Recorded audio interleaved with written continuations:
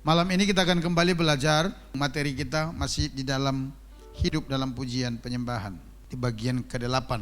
Nah, di bagian ini kita akan belajar secara khusus menyembah dalam roh dan kebenaran. Di dalam Yohanes 4:24 dikatakan demikian, Allah itu roh dan barang siapa menyembah Dia harus menyembahnya di dalam roh dan kebenaran. Ini dalam konteks perbincangan Yesus dengan perempuan Samaria, perempuan berdosa itu, atau kata lainnya dikatakan perempuan pelacur itu di sumur Yakub.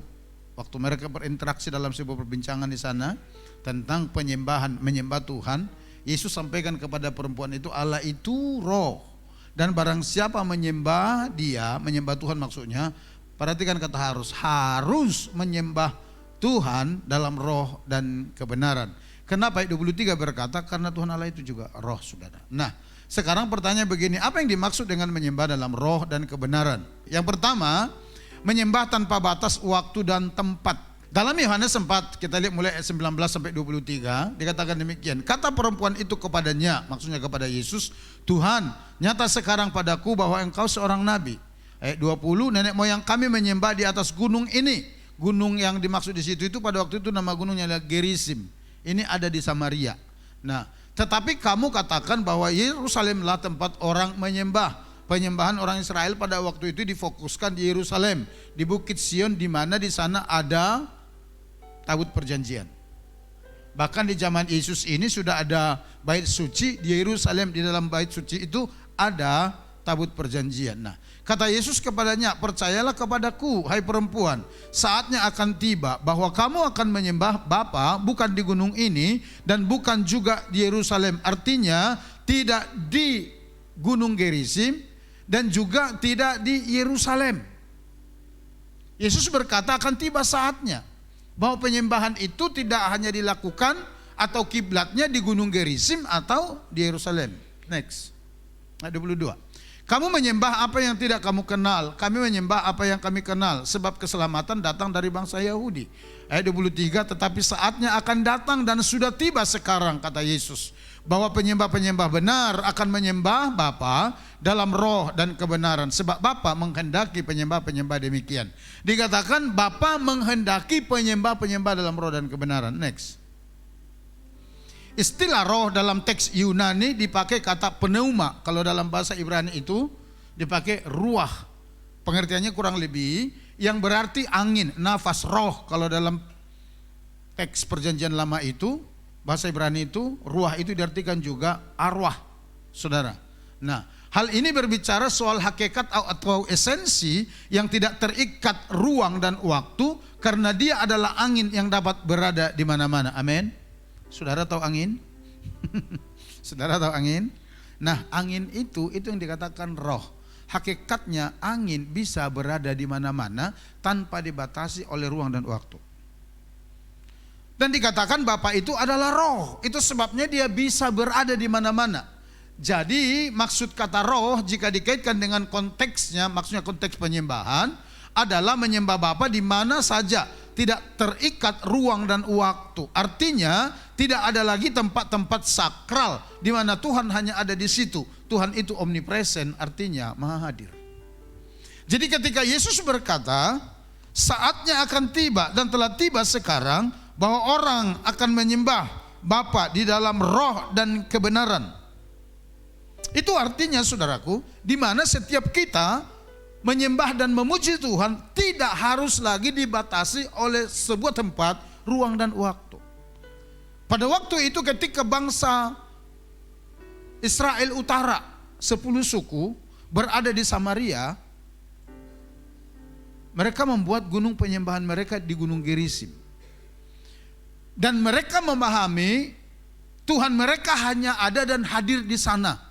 Jadi kalau mereka mau beribadah kepada Tuhan harus di gunung Gerizim.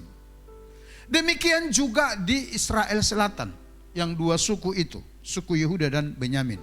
Pemahaman dalam pikiran mereka bahwa Tuhan hanya hadir di Yerusalem. Karena di Yerusalem itu pertama ada bait suci, yang kedua di dalam bait suci itu ada tabut perjanjian. Tabut perjanjian itu adalah melambangkan kehadiran Tuhan.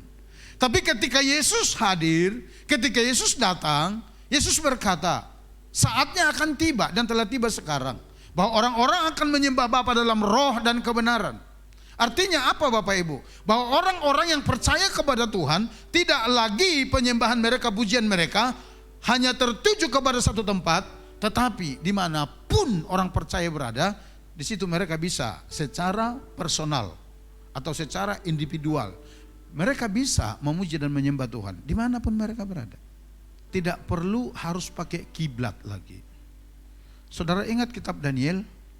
Di kitab Daniel dikatakan 3 kali sehari Daniel itu melakukan kegiatan rutinnya, berdoa kepada Tuhan, naik ke loteng atas, dan dikatakan mengarah ke Yerusalem. Karena itu memang paham mereka. Tapi ketika Yesus datang, penyembahan kita tidak hanya tertuju lagi ke Yerusalem. Makanya kita nggak perlu ada di mana kita berada ada tanda panah kiblat ke sana, nggak perlu. Secara individual. Karena apa? Allah itu adalah roh. Dia bisa ada di mana-mana. Jadi kita bisa beribadah kepada Tuhan, bisa memuji menyembah Tuhan pada saat kapan dan di mana saja. Saudara sambil nyetir, sambil jalan, saudara bisa menyembah Tuhan sambil bernyanyi kepada Dia. Yesus, ku sembahkan, sujud di hadapan-Mu, keinginan dalam hidupku hanya untuk menyembah-Mu. Saudara sedang nyetir loh, dan saudara bisa merasakan hadirat Allah ada di sana. Oleh karena apa? Oleh karena Tuhan itu adalah roh. Kita memuji menyembah Tuhan tidak perlu lagi dibatasi oleh hal-hal apapun. Atau ketika ibu-ibu sedang sibuk bekerja, apakah itu di pasar atau di rumah, bisa sambil memuji Tuhan. Aku diberkati, aku dilimpahi, sambil saudara nimbang kentang, sambil saudara cuci piring, saudara bisa memuji-muji dan menyembah Tuhan. Oleh karena apa? Yesus katakan, penyembahan yang benar itu menyembah dalam roh dan kebenaran adalah penyembahan yang tidak dibatasi oleh ruang dan waktu. Secara individu. Tapi secara komunitas, secara bersama-sama, secara komunal. Baik di dalam perjanjian lama, baik dalam perjanjian baru setelah Yesus datang, bahkan setelah Yesus mati disalibkan, dikuburkan, pada yang ketiga bangkit, naik ke sorga, diutus Roh Kudus, sampai saat ini orang-orang percaya selalu memiliki tempat persekutuan untuk beribadah bersama-sama. Ketika di zaman Yesus ada bait suci, ada sinagoga-sinagoga, di mana orang-orang percaya pada saat itu mau pilihan beribadah di sana. Setelah itu di zaman para rasul, 12 murid Yesus, mati 1, tinggal 11, kemudian diganti oleh Matias, kembali 12 lagi. Mereka memberitakan Injil kemana-mana. Dan ketika ada orang percaya di tempat itu, atau ada komunitas orang percaya di sana, gereja pasti berdiri. Paulus yang bukan salah satu dari 12 murid itu, artinya dia murid susulan, rasul susulan, juga melakukan hal yang sama. Kemana-mana Paulus memberitakan Injil. Ketika di situ ada komunitas orang percaya, maka di tempat itu akan dibangun gereja sebagai tempat beribadah bersama-sama orang percaya. Jadi secara pribadi, di mana aja kita bisa beribadah kepada Tuhan, tetapi secara komunitas ada tempat-tempat tertentu yang Tuhan tunjuk, Tuhan siapkan, di mana kita bisa beribadah kepada Tuhan secara bersama-sama dengan saudara-saudara seiman kita. Mari katakan amin. Next, kita lihat. Penyembahan terhadap Tuhan dalam roh ada pada pengertian bahwa penyembahan tidak dapat dibatasi kepada suatu lokasi geografis atau penyediaan sementara seperti dalam hukum perjanjian lama. Sama halnya dengan seperti kedatangan Kristus, perpisahan antara Yahudi dan Yahudi sudah tidak relevan. Demikian pula halnya dengan sentralnya bait Allah sebagai tempat beribadah di Yerusalem sudah tidak relevan. Sebelum kedatangan Yesus, perpisahan antara orang-orang Yahudi dan bukan Yahudi itu kentara sekali. Bahkan orang-orang Yahudi yang dikatakan adalah umat pilihan dilarang keras, nggak boleh bergaul dengan orang-orang di luar Yahudi. Itu akan disebut kafir. Dan penyembahan gak boleh dilakukan di mana-mana kecuali di Yerusalem. Karena mereka mempercayai hanya di sana Allah hadir. Tapi ketika Yesus datang, ketika dikatakan tabir bait suci itu terbelah dua, ada perkembangan sekarang. Kalau dalam kitab Efesus dikatakan tidak ada lagi perbedaan di antara kita. Apakah itu orang Skit, orang barbar, orang Yunani. Tapi ketika mereka percaya kepada Yesus, mereka adalah keluarga kita di dalam Kristus. Amin. Itu yang dimaksud, saudara. Itu yang dimaksud. Dengan datangnya Kristus, semua anak-anak Tuhan mendapatkan akses yang sama kepada Tuhan melaluinya. Beribadah kepada Tuhan menjadi bagian dari hati seseorang, bukan praktek eksternal dan upacara semata. Next, kita lihat bagian kedua. Arti kedua dari menyembah dalam roh dan kebenaran adalah menyembah dengan segenap hati. Menyembah Allah dalam roh dan kebenaran di sini hendak menunjukkan sikap hati atau batin seseorang, yaitu komponen manusia yang tidak kelihatan. Hati itu kan tidak kelihatan, Bapak Ibu. Iya kan? Nah, dalam ibadah kepada Tuhan, hal terpenting adalah sikap hati yang benar dan murni. Sebab sikap hatilah yang akan menjadi penilaian Tuhan terhadap diri seorang penyembah. Artinya Tuhan akan selalu melihat dan menguji hati setiap orang percaya yang datang menyembahnya. Ketika Yesus berkata akan tiba saatnya dan sudah tiba sekarang bahwa orang akan menyembah Bapa dalam roh dan kebenaran, artinya itu bahwa orang-orang menyembah Bapa di dalam kesungguhan hati, segenap hati. Tidak hanya kelihatan secara eksternal, oh dia euforia, mengangkat tangan apa saja, bukan. Karena apa? Tuhan akan selalu melihat hati seorang penyembah. Boleh aja saudara, kelihatan dari tampil luarnya itu begitu ekspresif. Boleh aja saudara berkata, masuk hadirat-Mu Tuhan dengan korban pujian. Tapi karena saudara datang buru-buru ke gereja, di pikiran saudara, tadi kompor udah dipadam belum ya? Padahal saudara di gereja kelihatan angkat tangan sepertinya menyembah Tuhan. Tapi pikiran saudara ada di rumah, lagi mikirin kompor. Sudah dipadam belum? Sebab kalau enggak nanti bisa meledak. Tuhan akan selalu melihat hati si penyembah. Tuhan akan selalu berurusan dengan hati si penyembah, saudara. Next. Dalam Ulangan 6 ayat 4 sampai 7 dikatakan begini, Musa memberitahukan kepada bangsa Israel bagaimana cara mereka harus mengasihi Allah mereka. Ayat 4. Dengarlah hai orang Israel, Tuhan itu Allah kita, Tuhan itu Esa. Kasihilah Tuhan Allahmu dengan segenap hatimu dan dengan segenap jiwamu dan dengan segenap kekuatanmu. Perhatikan Bapak Ibu, nanti kalimat kuncinya ada di sini ya. Nah, dikatakan kasihilah Tuhan Allahmu dengan segenap hatimu dan dengan segenap jiwamu dan dengan segenap kekuatanmu. Ini perintah Musa kepada bangsa Israel. Tuhan yang suruh Musa harus sampaikan itu kepada bangsa Israel. Ayat 6. Apa yang kuperintahkan kepadamu pada hari ini haruslah engkau perhatikan. Ayat 7. Haruslah engkau mengajarkannya berulang-ulang kepada anak-anakmu dan membicarakannya apabila engkau duduk di rumahmu, apabila engkau sedang dalam perjalanan, apabila engkau berbaring dan apabila engkau bangun. Perhatikan, apa yang harus diajarkan, apa yang harus disampaikan kepada seisi rumahnya bagi seorang kepala keluarga. Ayat 5 tadi. Yang berkata kasihilah Tuhan Allahmu dengan segenap hatimu, segenap jiwamu dan dengan segenap kekuatanmu. Itu harus diajarkan, itu harus disampaikan, itu harus terus diulang-ulang, diberitahukan kepada seisi rumah kita bagi para kepala keluarga. Kenapa? Karena nanti penyembahan kepada Tuhan akan lahir dari hati yang mengasihi Tuhan. Saya mau ulang seperti apa yang saya katakan tadi pagi.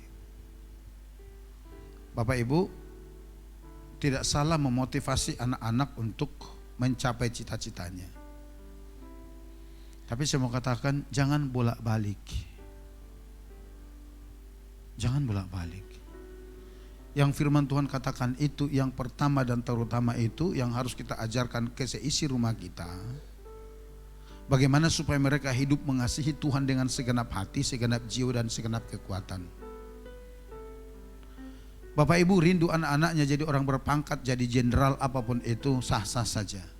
Tapi saya mau beritahu, kalau anak saudara jadi jenderal bintang 4, dia tidak mengasihi Tuhan, dia akan menjadi jenderal koruptor. Percaya saudara? Saudara membentangkan cita-cita anak saudara mau jadi apapun itu, mau jadi astronot kayak apa segala macam, tapi kalau dia tidak mengasihi Tuhan, ada kemungkinan dia akan menyimpang dari jalan-jalan Tuhan. Tuhan tahu itu.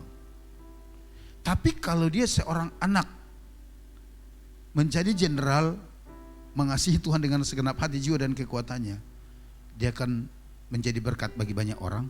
Hidupnya memuliakan Tuhan. Pertama, dia akan takut Tuhan. Yang kedua, dia akan hormat orang tua. Ketiga, dia akan menjadi rajin, tidak pemalas. Karena pemalas itu orang tidak mengasihi Tuhan. Kalau anak-anak kita takut Tuhan, dimanapun dia berada, kita tidak perlu takut. Karena apa? Dia sadar dia anak Tuhan. Dia tahu bahwa Tuhan mengawasi dia. Sehingga sekalipun tidak ada papanya, tidak ada mamanya, jauh dari pemantauan orang tua, tapi dia sadar ada Tuhan yang mengawasi dia. Sehingga dia tidak akan menyakiti hati Tuhan dan tidak akan mengecewakan orang tua. Kalau orang mengasihi Tuhan. Oleh karenanya ayo Bapak Ibu, terutama Bapak-Bapak, firman Tuhan berkata, ajar keluargamu, ajar mereka, supaya mereka mengasihi Tuhan dengan segenap hati, segenap jiwa, dan segenap kekuatan. Percayalah, kalau seisi rumah kita mengasihi Tuhan dengan segenap hati, jiwa, dan kekuatan, mereka akan menghormati orang tuanya, dan mereka akan takut kepada Tuhan. Next. Penyembahan dalam roh dan kebenaran kepada Allah akan selalu lahir dari kasih kita kepadanya. Iya, sebagaimana kita mengasihi Dia, begitu pula hati kita akan menyembahnya. Artinya begini, kalau orang mengasihi Tuhan, nggak mungkin dia nggak menyembah Tuhan. Pasti itu.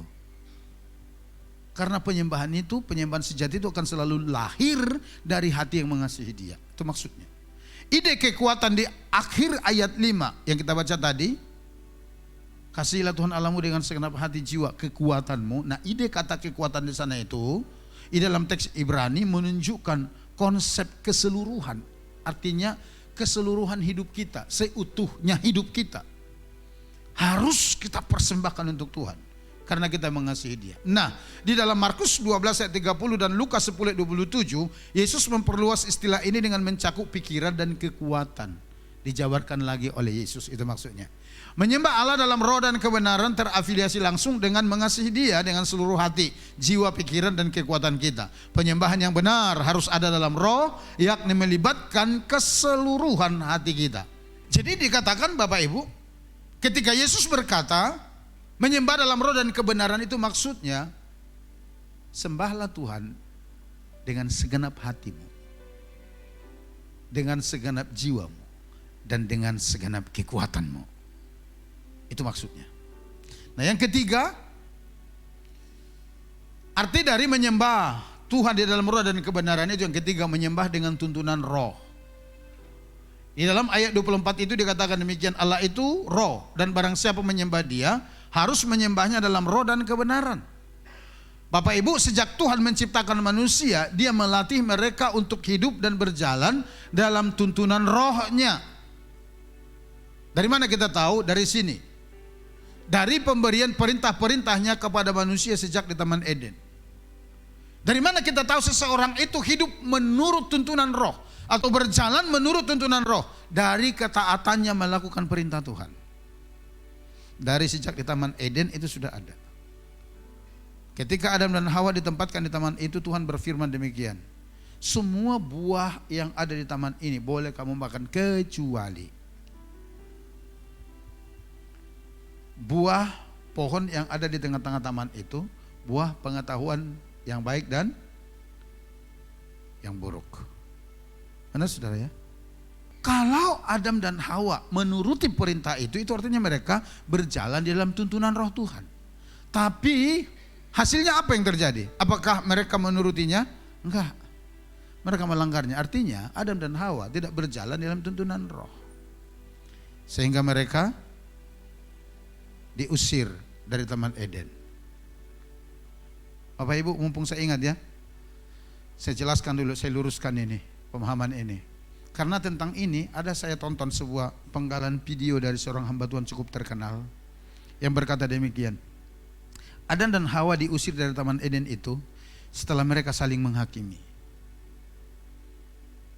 Saya ngerti maksud hamba Tuhan itu supaya orang-orang di dalam Tuhan, orang-orang percaya di dalam Yesus tidak saling menghakimi, tidak menganggap diri lebih benar daripada yang lain. Saya tahu itu maksudnya. Cuman pengutipan ayat itu untuk tindakan itu yang berkata setelah Adam dan Hawa dan ular itu saling menghakimi, baru Tuhan mengusir mereka dari Taman Eden. Enggak seperti itu. Orang Kristen enggak boleh menghakimi, ya. Tapi di Taman Eden itu mereka diusir dari Taman Eden oleh Tuhan bukan karena mereka saling mempersalahkan, itu bukan. Mau mereka saling mempersalahkan, mau tidak, mau saling mengaku dosa, kelemahan, tetap mereka akan diusir dari situ. Kalau yang saya dengar dari hamba Tuhan itu, kalau seandainya mereka tidak saling menyalahkan, sepertinya mereka tidak akan diusir dari Taman Eden. Kata siapa? Mereka akan tetap diusir dari sana. Kenapa? Karena mereka telah melanggar firman, karena mereka telah berdosa, karena mereka telah memakan buah terlarang itu. Mereka akan diusir dari sana. Dari mana kita tahu? Dari firman. Kalau begitu, apa yang buat mereka diusir dari Taman Eden? Pertama, karena kasih Tuhan kepada Adam dan Hawa. Karena kasih Tuhan, karena Tuhan mengasihi mereka. Jangan pikir Tuhan mengusir Adam dan Hawa dari Taman Eden itu karena dia benci sama Adam dan Hawa, bukan. Justru karena Tuhan mengasihi, sangat mengasihi mereka. Makanya mereka disuruh pergi dari Taman Eden. Masa iya Pak? Iya. Coba kita lihat. Enaknya mungkin dari ayat 17 deh ya. Kejadian pasal 3 sampai ayat 23 ya. Gak apa-apa kita baca, kita lihat. Biar Bapak Ibu gak gagal paham tentang hal ini. Dikatakan demikian, lalu firman-Nya kepada manusia itu, karena engkau mendengarkan perkataan istrimu dan memakan dari buah pohon yang telah kuperintahkan kepadamu, jangan makan daripadanya, maka terkutuklah tanah karena engkau. Dengan bersusah payah engkau akan mencari rezekimu dari tanah seumur hidupmu. 18. Semak duri dan rumput duri yang akan dihasilkannya bagimu, dan tumbuh-tumbuhan di padang akan menjadi makananmu. Ini Tuhan sampaikan setelah mereka saling menyalahkan satu dengan yang lain. Terus ayat 19. Dengan berpeluh engkau akan mencari makananmu sampai engkau kembali lagi menjadi tanah, karena dari situlah engkau diambil, sebab engkau debu dan engkau akan kembali menjadi debu. Ayat 20. Manusia itu memberi nama Hawa kepada istrinya, sebab dialah yang menjadi ibu semua yang hidup. 21. Dan Tuhan Allah membuat pakaian dari kulit binatang untuk manusia dan untuk istrinya itu, lalu mengenakannya kepada mereka. Ayat 22. Berfirmanlah Tuhan Allah, sesungguhnya manusia itu telah menjadi seperti, perhatikan ini ya, seperti salah satu dari kita, tahu tentang yang baik dan yang jahat. Maka sekarang jangan, perhatikan, jangan sampai ia mengulurkan tangannya dan mengambil pula dari buah pohon kehidupan itu dan memakannya, sehingga ia hidup untuk selama-lamanya. Ayat 23. Lalu Tuhan Allah mengusir dia dari Taman Eden supaya ia mengusahakan tanah dari mana ia diambil. Jelas Bapak Ibu?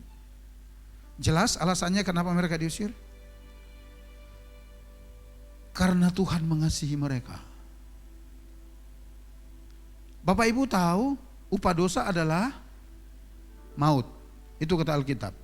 Ketika Adam dan Hawa tidak lagi hidup di dalam tuntunan roh, melanggar perintah itu, mereka berdosa, hukuman kepada mereka dampaknya itu adalah maut.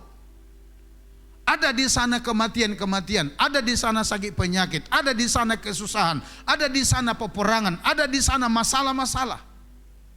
Itu akibat dosa.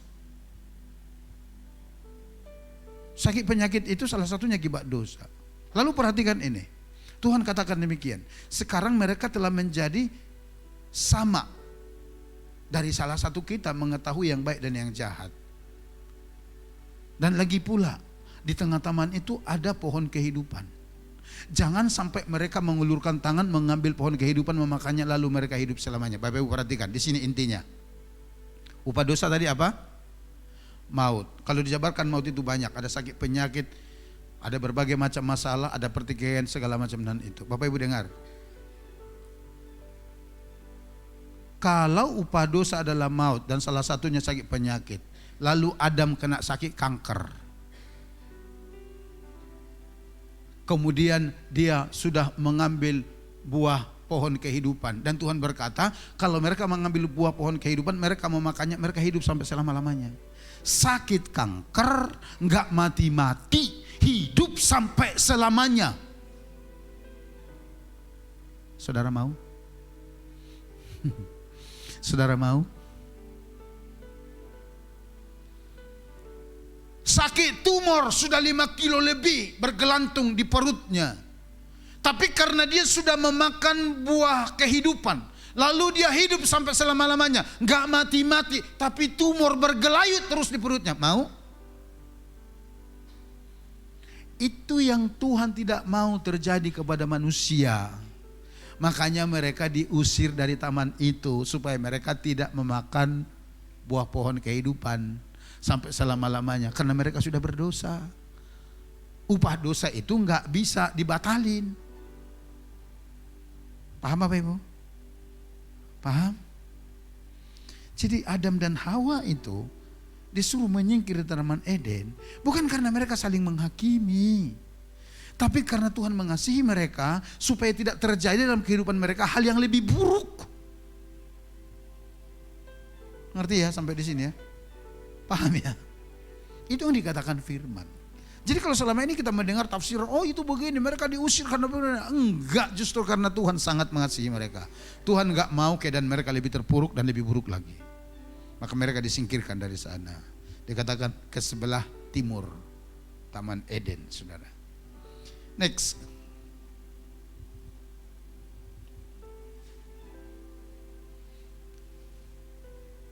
Ketika manusia jatuh di dalam dosa, Tuhan juga memberikan petunjuk-petunjuk agar manusia dapat dipulihkan dan berjalan di dalam rohnya. Kemudian di saat bangsa Israel keluar dari tanah Mesir, Tuhan juga memberikan tuntunan melalui tiang api dan tiang awan agar umatnya berjalan sesuai tuntunan dan kehendaknya. Jadi sejak di Taman Eden, Tuhan itu mau supaya manusia itu hidup berjalan di dalam tuntunan rohnya. Ketika Adam dan Hawa jatuh, Tuhan pulihkan mereka. Bahkan dikatakan kalau kita baca, Tuhan buat pakaian untuk mereka, disembelih domba untuk menutupi aurat mereka. Itu cara Tuhan memulihkan. Dan terus dibimbing lagi supaya manusia ini hidup di dalam tuntunan roh Tuhan. Ketika mereka berjalan di padang gurun, Tuhan memberikan tiang api, tiang awan, supaya mereka terus berjalan dalam tuntunan Tuhan. Nah, bahkan ketika Yesus diutus dari sorga untuk menyelamatkan manusia sampai saat ini, Tuhan tetap memerintahkan agar manusia berjalan dalam tuntunan roh. Di sini jelas sekali ini. Tuhan memberikan Roh Kudus, dikatakan supaya roh itu menuntun kita berjalan dalam seluruh kehendak Allah. Coba buka Yohanes pasal 16 ayat 13. Tetapi apabila ia datang, ini Yesus yang berkata, ya di sini maksudnya Roh Kudus, yaitu roh kebenaran, ia akan memimpin kamu ke dalam seluruh kebenaran. Sebab ia tidak akan berkata-kata dari dirinya sendiri, tetapi segala sesuatu yang didengarnya itulah yang akan dikatakannya, dan ia akan memberitakan kepadamu hal-hal yang akan datang. Jelas? Sampai saat ini Tuhan masih mau kita berjalan dalam tuntunan rohnya. Next, kembali kepada slide-nya. Rasul Paulus oleh ilham Roh Kudus menulis surat ke jemaat di Galatia begini, jikalau kita hidup oleh roh, baiklah hidup kita juga dipimpin oleh roh. Kita hidup ini dilahirkan kembali kan oleh Roh Kudus. Sehingga Tuhan mau kita dipimpin oleh roh terus berjalan di dalam tuntunan roh. Jika dalam menjalani kehidupan sehari-hari manusia harus berjalan dalam tuntunan rohnya, maka dapat dipastikan di dalam ibadah pujian penyembahan, Tuhan juga menginginkan agar berjalan sesuai dengan tuntunan rohnya. Melalui pujian penyembahan banyak hal yang Tuhan ingin lakukan dan singkapkan, namun hal itu hanya mungkin terjadi apabila ibadah tersebut berjalan sesuai dengan tuntunan roh dan keinginan Tuhan. Sejak di Taman Eden sampai saat ini, Tuhan masih menginginkan kita berjalan dalam tuntunan roh. Kalau di dalam perjalanan sehari-hari aja Tuhan mau kita berjalan di dalam tuntunan rohnya, apalagi dalam ibadah penyembahan kita. Tuhan mau kita beribadah, memuji menyembah Tuhan dalam tuntunan rohnya. Amin. Tuhan mau itu. Di dalam 1 Korintus 14, oleh ilham Roh Kudus Paulus berkata demikian. Aku memuji dan berdoa dengan rohku, tapi aku juga memuji dan berdoa dengan akal budiku. Artinya begini, ada kalanya Paulus itu memuji menyembah Tuhan, berdoa dengan bahasa roh yang dipergunakan untuk Tuhan. Tapi ada kalanya juga dia menggunakan bahasa akal budi yang dimengerti oleh semua orang. Apa artinya bagi kita? Artinya begini, di dalam ibadah pujian penyembahan kita, bagi saudara yang telah dikaruniakan bahasa roh, Roh Kudus menuntun saudara, membawa saudara akan menyembah Tuhan dengan berbahasa roh. Lakukan. Lakukan. Kalau Tuhan yang mau. Tapi kalau tidak, jangan mengada-ngada. Tapi kalau Tuhan tidak bawa ke sana, kita menyembah dengan bahasa akal budi, lakukan juga. Karena kalau kita taat terhadap tuntunan roh, di sana pasti ada sesuatu yang Tuhan mau kerjakan. Dan saya tekankan kepada tim praise and worship, kita harus memiliki kepekaan dalam hal ini. Mungkin kita sudah persiapkan lagu worship kita seperti yang tadi saya katakan. Yesus, ku sembah Kau. Tiba-tiba mau naik, Roh Kudus katakan, nah hari ini aku enggak mau itu yang mau dinyanyikan. Tapi saya mau lagu ini yang dinyanyikan.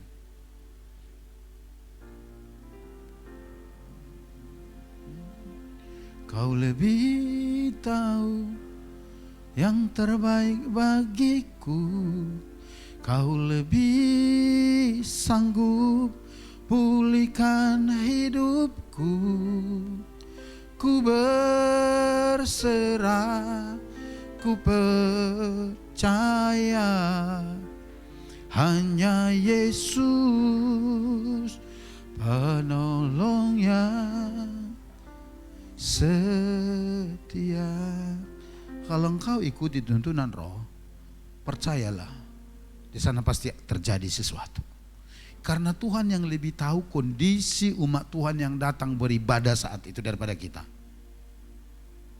Tapi kalau kita tetap ngotot, kita adu argumen dengan Tuhan. Tuhan, tapi kami udah latihan ini. Gimana nanti pemain musiknya? Gimana singers? Bagaimana nanti operator multimedianya? Lagu gak bisa ditampilin.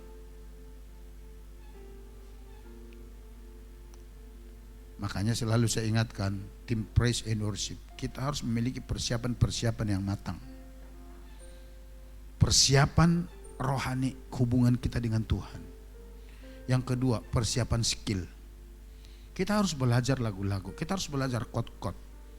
Suatu waktu Tuhan meminta kita menyanyikan lagu ini, go ahead bersama dengan Tuhan, dan di sana pasti terjadi sesuatu. Tetapi kalau kita ngotot karena kita sudah latihan, mungkin ibadah kita jalan, tapi ibadah kita menjadi ibadah yang suam. Ibadah kita menjadi ibadah yang gersang. Karena apa? Yang kita paksakan kehendak kita kepada Tuhan. Oleh karenanya saya minta kita, di dalam mempersiapkan ibadah-ibadah kita, kita belajar memiliki kepekaan roh kepada Dia. Apa yang Tuhan mau, apa yang sedang Tuhan senang kita lakukan. Kalau Tuhan mau di awal dari ibadah kita langsung lagu praise, go ahead, gak masalah.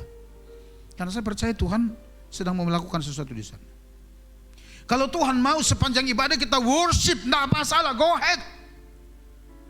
Karena saya percaya Tuhan sedang mau melakukan sesuatu di sana.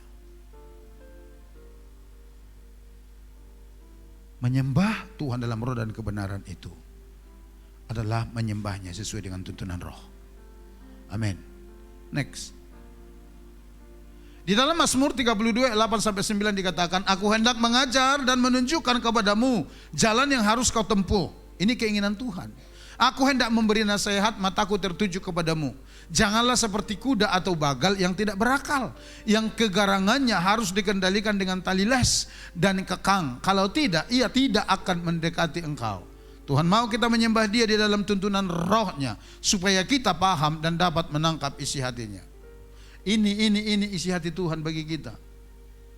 Di dalam perjalanan hidup kita bersama dengan Tuhan, ini yang ada di hati Tuhan. Di mana Dia hendak mengajar kita terus, di mana Dia hendak menunjukkan kepada kita jalan-jalan yang harus kita tempuh, jalan kebenarannya. Di mana Tuhan mau memberikan nasihat kepada kita, karena matanya tertuju kepada kita. Tapi kadang-kadang kan kita budak. Kadang-kadang kita terlalu egois, kadang-kadang kita terlalu memaksakan kehendak kita, sehingga Tuhan berkata, apakah engkau harus diperlakukan seperti kuda dan bagal? Di mana mulutnya harus dikekang dan dikendalikan oleh tali les, supaya dia menurut. Sebenarnya Tuhan gak mau seperti itu. Tapi ada kalanya Tuhan lakukan itu. Tujuannya apa? Membawa kita berjalan di dalam tuntunan rohnya. Bapak Ibu, tadi pagi saya katakan demikian. Jangan sampai Tuhan pergunakan tali les dan kekang untuk mengendalikan hidup kita, supaya kita berjalan di dalam tuntunan rohnya. Kalau sampai itu Tuhan lakukan, saya mau beritahu, ada banyak kerugian-kerugian yang bisa kita alami di sana, yang seharusnya kita tidak perlu alami. Karena ketika Tuhan menggunakan tali les, tali kekang, ditambah cambuk, itu artinya Bapak Ibu akan terjadi hal-hal yang tidak enak dalam kehidupan kita. Tapi terpaksa Tuhan lakukan karena Dia mengasihi kita, supaya kita berjalan dalam jalan kebenarannya. Halo? Kalau begitu saudara mau pilih yang mana? Mau berjalan dalam tuntunan roh, atau saudara puas dulu berjalan dalam sukacita saudara? Pokoknya yang penting nyanyi, suka-sukamu Tuhan, suka-sukamu Tuhan, suka-sukamu Tuhan, suka-sukamu Tuhan. Tapi ketika Tuhan mau menuntun kita di dalam kesukaannya, sesungguhnya kita berontak.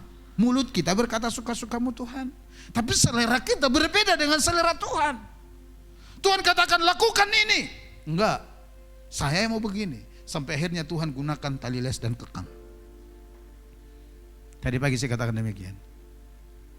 Kalau sampai Tuhan memaksa kita untuk berjalan di dalam tuntunan rohnya, perhatikan, saudara bisa kehilangan jabatan loh. Saudara bisa kehilangan kesehatan. Saudara bisa kehilangan uang. Saudara bisa kehilangan untung.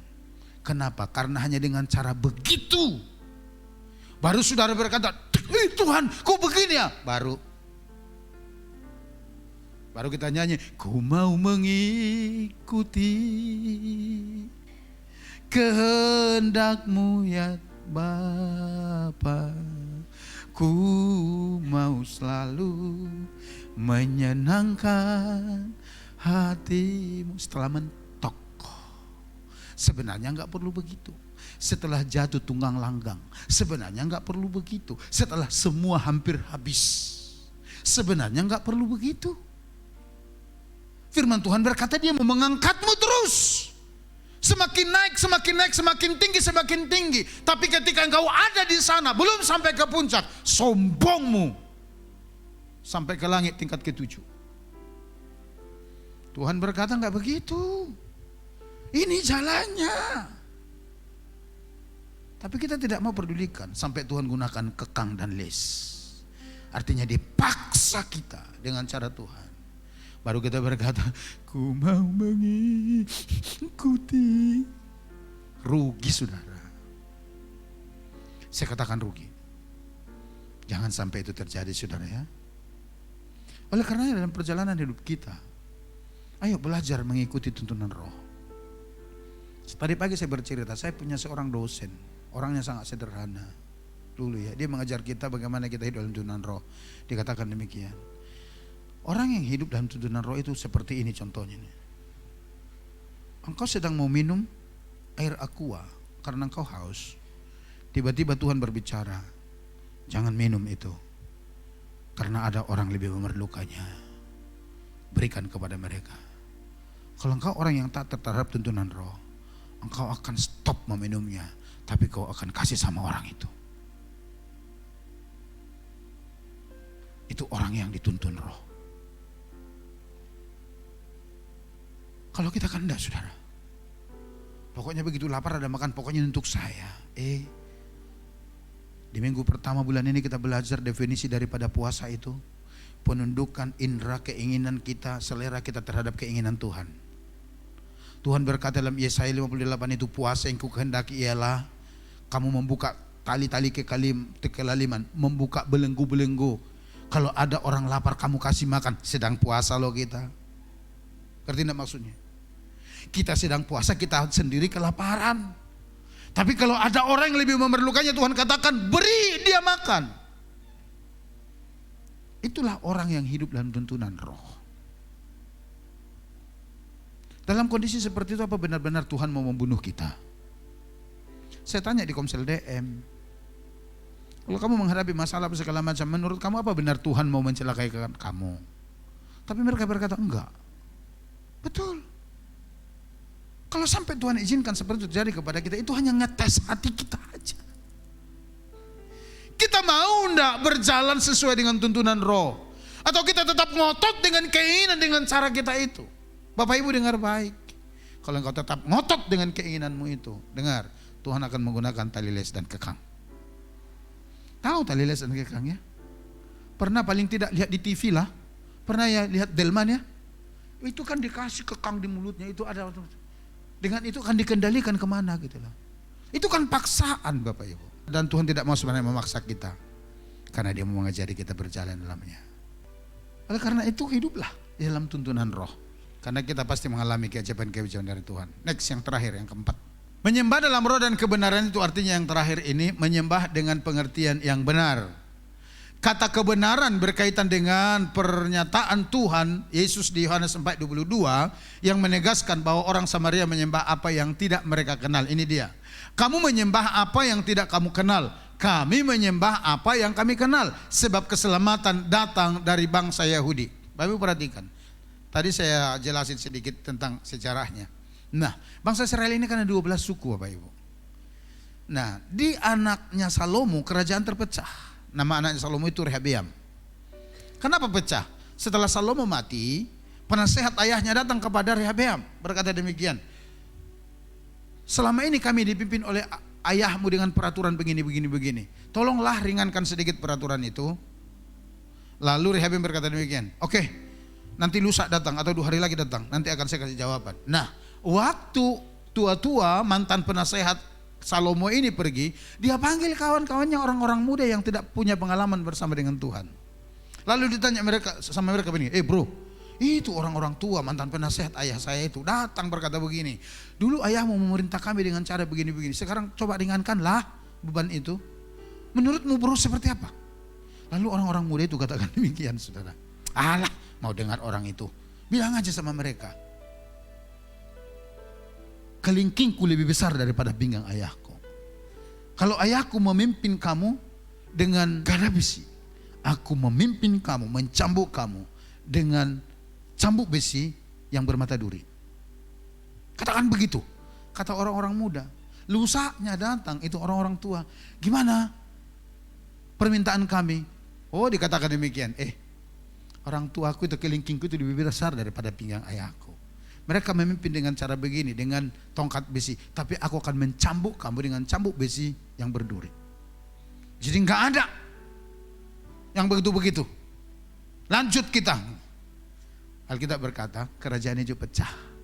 10 suku meninggalkan 2 suku di Yerusalem. 10 suku pergi ke Samaria. Itu yang menjadi Israel Utara itu. Nah, di zaman hidup Salomo, ada seorang bernama Yerobeam yang menjadi buronan Salomo, lari ke Mesir. Nah, ketika dia tahu Salomo udah mati, dia pulang. Lalu 10 suku tahu, lalu dia ambil ini Yerobeam, dinobatkan menjadi raja bagi mereka di Samaria. Setelah itu, setelah berjalan sekian lama, Yerobeam berpikir begini, nanti baca dalam 1 Raja-Raja 12, dikatakan demikian. Kalau saya biarkan terus umat ini pergi ke Yerusalem, lama-lama nanti mereka kembali kepada 2 suku itu. Kalau saya biarkan mereka terus beribadah kepada Allah yang hidup, lama-lama mereka tinggalkan saya, bahkan nanti mereka bunuh saya. Oleh karena itu enggak, dibangunlah penyembahan mereka di Gunung Gerisim itu. Dan juga dikatakan di Dan. Tapi para imamnya dikatakan satu Raja-Raja 12 itu bukan dari orang-orang Lewi. Apa yang dibangun di sana dikatakan patung lembu emas seperti yang pernah terjadi di Gunung Sinai. Sejak itu mereka beribadah kepada berhala terus. Oleh karenanya Yesus berkata, kamu menyembah apa yang tidak kamu kenal, tapi kami menyembah apa yang kami kenal. Sebab keselamatan datang dari orang Yahudi, dikatakan demikian, saudara, dari bangsa Yahudi. Next, jelas ya saudara ya latar belakangnya. Dengan kata lain, Yesus sedang menegaskan bahwa Tuhan yang disembah oleh orang Samaria bukanlah Tuhan yang benar. Karena apa? Berhala memang. Hal kebenaran ini berbicara soal pengenalan akan Tuhan yang benar, yang menyatakan dirinya dalam Tuhan Yesus Kristus sebagai pusat dalam penyembahan umatnya. Atau kebenaran ini juga berbicara soal sikap yang benar dalam menyembah Dia, yaitu benar sesuai kebenaran firman Tuhan, bukan benar menurut kemauan kita sendiri. Singkat dan sederhananya saya mau katakan demikian. Menyembah Tuhan dalam roh dan kebenaran adalah menyembah Dia dengan pengertian yang benar. Artinya begini, sembahlah Tuhanmu dengan pengertian yang benar. Seperti apa itu? Saya akan bagikan kepada saudara. Pertama, Tuhan kita itu adalah Tuhan yang penuh kasih. Amin. Yang rela mengorbankan anaknya Yesus Kristus untuk menyelamatkan kita. Jadi Dia adalah Allah yang maha pengasih. Dia adalah juru selamat kita. Amin. Dia adalah Allah yang mengampuni kita. Amin. Dia adalah Allah pemurah atau murah hati kepada kita. Tapi perhatikan yang terakhir ini. Dia Allah yang setia terhadap firman-Nya. Apa yang dimaksud dengan setia terhadap firman-Nya? Artinya Tuhan tidak akan bertolak belakang bertindak dari firman-Nya. Kalau saudara melakukan dosa dan tidak mau bertobat, firman Tuhan berkata, hidupmu akan berakhir dengan tragis. Akan tragis. Tapi kalau saudara melakukan dosa, ditegur, mau bertobat, firman Tuhan berkata, hidupmu akan dipulihkan. Karena Tuhan kita itu maha pengasih dan pemurah. Amin. Tapi kalau saudara nggak mau terus bertobat, tetap seperti itu, dengar, nggak peduli seberapa lamanya kau jadi Kristen, hidupmu akan tetap berakhir tragis. Itu yang dimaksud setia dengan firman. Karena firman Tuhan mencatat demikian. Itu Tuhan kita yang benar. Jadi jangan pernah berpikir mengkompromikan Tuhan dengan dosa. Itu tidak akan pernah. Mengampuni orang berdosa, iya. Memulihkan orang yang terluka, iya. Membebat hati kita, iya. Menyembuhkan kita, iya. Menyelamatkan kita, iya. Mengangkat kita, iya. Tapi manakala engkau tidak mau bertobat, hidupmu akan berakhir dengan ketragisan. Ketika engkau taat melakukan setiap perintah Tuhan, engkau akan mengalami kemenangan dan terobosan-terobosan dalam Tuhan. Hidupmu akan diberkati. Tapi kalau hidupmu terus membangkang terhadap firman Tuhan, engkau sedang mempersulit kehidupanmu. Itu kata firman. Kalau engkau mau dipulihkan terus dalam Tuhan, itulah Allahmu. Salah is okay, tapi ditegur, bertobat, bangkit dan berjalan dalam kebenaran Tuhan, maka engkau akan melihat kemuliaan Tuhan dan mengalami kemenangan daripadanya. Berikan tepuk tangan bagi Allah kita. Kita datang kepada Tuhan.